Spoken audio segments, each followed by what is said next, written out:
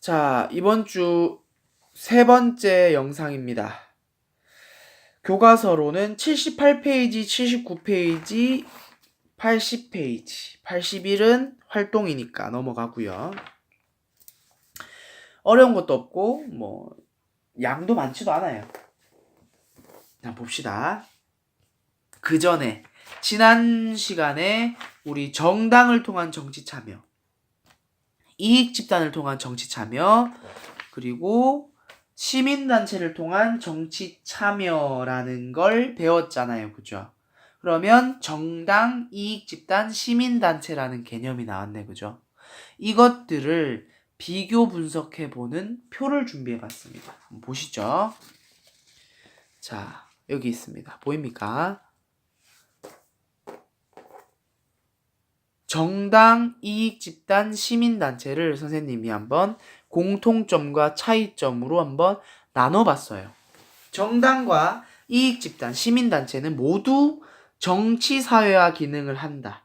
정치사회화 기능이 뭐였어요? 예전에 정당 하면서 한번 설명했다. 정치라는 걸 국민들에게 알리는 기능, 사회적으로 알리는 기능이 바로 정치사회화라 그랬잖아요. 사회적으로 알리는 거, 교육하는 기능.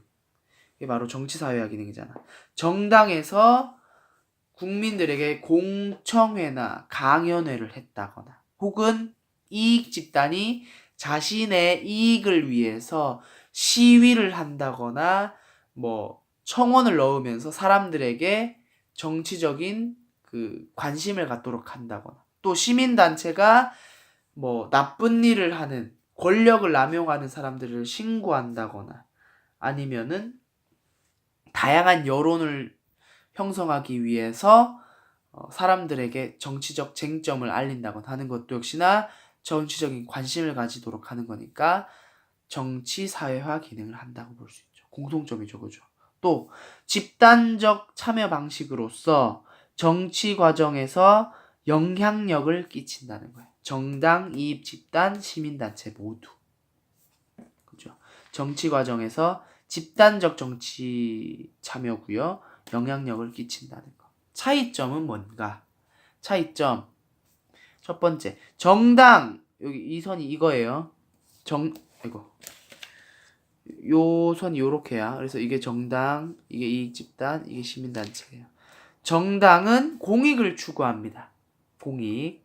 또 정치적 책임을 진다는 거야. 사람들이 정당에 속한 의원을 뽑고 또 정당은 자신들의 이름을 건 후보를 공천해주죠. 추천해주잖아. 그러니까 정치적 책임을 지는 거지. 또 세 번째, 정권 획득이 목적이에요. 다음 정부와 의회의 매개 역할을 한다. 이것도 정당의 기능을 하면서 한번 설명했었죠. 그래서 여당일 경우에는 여당, 야당 알죠? 여당은 대통령이 속해 있는 당, 야당은 그 나머지 당들이 야당이죠. 대통령이 속해 있는 여당 같은 경우는 행정부, 정부와 만날 수 있는 거예요. 당정협의회라 그래서 여당의 지도부와 정부의 고위층이 만나서 회의를 하는 게 바로 당정협의회입니다. 여당과 정부가 만나니까 당정협의회. 그래서 거기서 우리 정당은 이런 생각을 한다. 또 야당들도 이런 생각을 한다. 정부 넌 생각이 어때? 아, 우리 생각은 이렇게. 아, 정부야, 네 생각은 그렇구나. 우리가 가서 다른 당들과 우리 당원들에게 의견을 전달해 줄게. 고마워. 이런 내용을 얘기하는 거예요. 정당협의회에서는. 간추려 얘기해 보자면. 그래서 중간에 이런 매개 역할을 한다는 거고 공천 역할 추천해 주는 거죠. 후보를. 그게 정당의 다른 곳과의 차이점이라면 이익 집단은 자신의 이익을 추구한다는 거. 차이점이라는 거고요. 또 대의민주주의의 한계를 보완한다는 거. 대의민주주의의 한계가 뭐였어? 정부나 정당에만 이 정치를 맡기자니 이 사람들이 너무 많은 요구를 처리하진 못해. 사람들이 다 다양한 요구를 하는데 이것들을 처리를 하지 못하는 거야. 그래서 우리의 목소리를 낸 게 바로 이익 집단 아니에요. 그죠? 또 시민단체는 공익을 추구하고요. 대의 민주주의 한계를 보완합니다. 역시나 사람들이 요구하는 게 많아지다 보니까 그거를 공익으로서 해결하기 위해서 만들어진 게 시민단체죠. 이렇게 보면은 정당과 이익집단의 공통점, 이익집단과 시민단체의 공통점, 정당과 시민단체의 공통점, 이런 것들이 막 눈에 보일 거예요. 먼저 정당과 시민단체의 공통점은 공익을 추구한다는 거죠. 또 이익집단과 시민단체의 공통점은 대의민주주의의 한계를 보완한다는 거. 그죠? 그리고 이 세 가지 모두의 공통점은 정치사회화 기능을 수행한다라는 거. 그래서 지난 시간에 배웠던 정당, 이익집단, 시민단체 언급을 한번 해봤습니다. 진짜 이번에는 78, 79, 80 나갈게요. 언론을 통한 정치 참여입니다. 어려운 거 없어. 진짜 어려운 거 없어. 금방 나가요. 자, 언론이 뭐냐?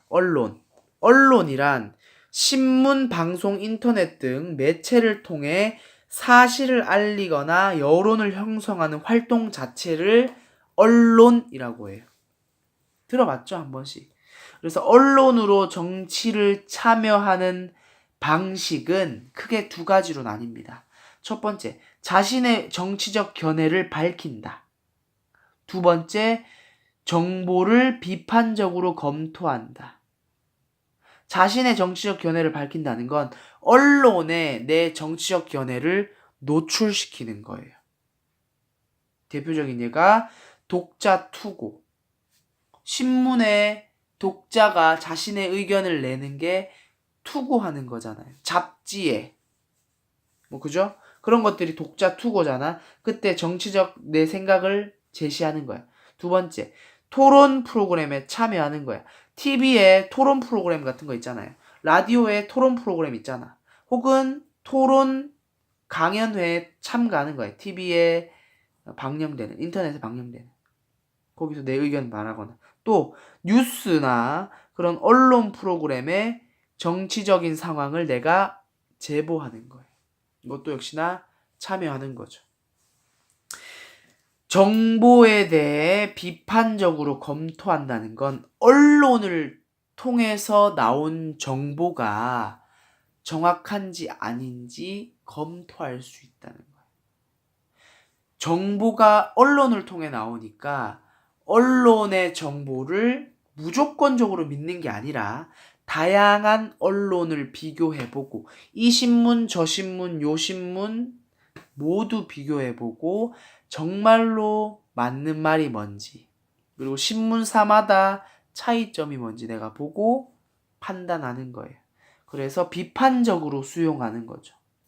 정보 전달을 맹신이란 건 무조건 믿는 걸 말하는 거죠. 정보 전달된 내용을 무조건적으로 믿으면 안 되고 왜곡 보도, 잘못된 내용이 나왔을 때는 언론을 통해서 정정할 수 있다는 거. 바로 언론을 통한 정치 참여 내용이고요. 그 다음 교과서 79페이지입니다. 정보화 시대의 정치 참여. 정보통신의 발달로 시공간이 제약이 줄어들었죠. 이 말은 너무 많이 들어서 이제 식상할 거야. 그치? 이러한 정보통신의 발달이 정치에도 영향을 미쳤다는 거죠. 전자민주주의라는 말 앞서서 언급했었어요. 전자민주주의 기억이 나려나? 그래서 전자민주주의가 뭐냐면 인터넷 등의 정보통신 매체로 정치에 참여하는 것. 전자 방식으로 민주주의에 참여하는 거예요. 예를 들자면 인터넷으로 민원을 신청한다거나 증명서를 발급한다거나 전자투표를 한다거나 SNS를 활용한 정치인의 소통 모두 전자민주주의라는 거예요. 대표적으로 교과서 79페이지 보면 민원 24라는 홈페이지가 있어. 그래서 여기 들어가 보면 여러분들이 알겠지만 주민센터나 동사무소, 읍사무소, 면사무소가 주말에 안 하잖아요. 그죠? 또 밤엔 안 하잖아.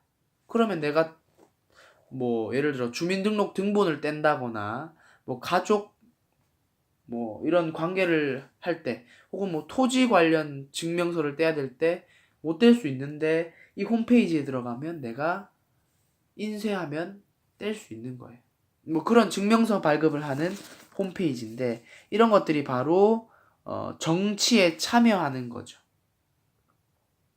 또 전자를 통해서 하는 방식이니까 전자민주주의라고 할 수 있고요.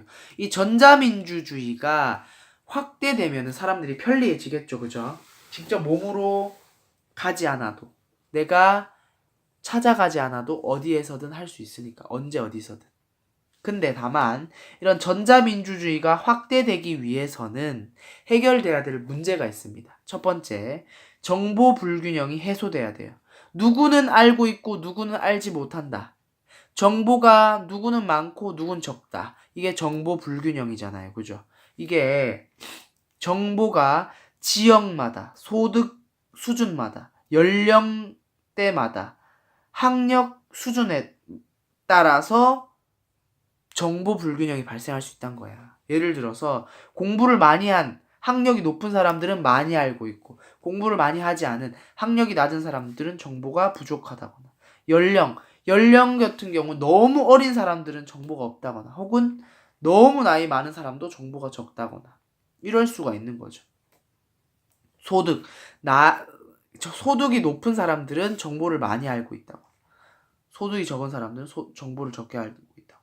뭐 이런 것들이 정보 불균형이 발생을 하면 전자민주주의 같은 경우는 인터넷을 통해서 주로 하잖아요. 그죠? 인터넷을 통해 정치에 참여하는 건데 인터넷이 뭐야? 정보의 바다잖아. 그치? 정보의 바다인데 누구는 더 많이 알아서 정치 참여를 더 확실하게 더 많이 효율적으로 영향력을 많이 끼칠 수 있다면 그건 평등하지 못한 정치 참여잖아요. 그죠? 그런 문제를 해결해야 될 필요가 있다라는 거고. 두 번째, 정보통신기기의 기술적 보안. 아무래도 직접 가는 것보다 편리한 점이 있죠. 그죠? 직접 가지 않고 언제 어디서나 해결할 수 있으니까. 다만 불안한 건 뭐야? 그치? 항상 인터넷 정보통신기기를 사용하면 해킹의 문제가 남아 있다는 거야. 누가 개인정보를 털어간다거나 내 동의를 얻지 않고 내 아이디로 마음대로 정치 의견을 올려서 날 굉장히 곤란하게 만든다거나 이럴 수 있는 거예요. 이런 문제를 해결하기 위해서는 해킹 문제가 해결되는 정보통신기기의 기술적 보안이 이루어져야 된다는 거예요.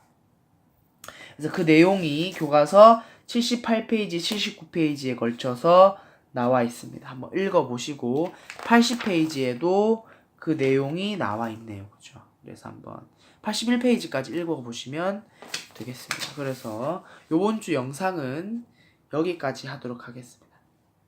고생했습니다.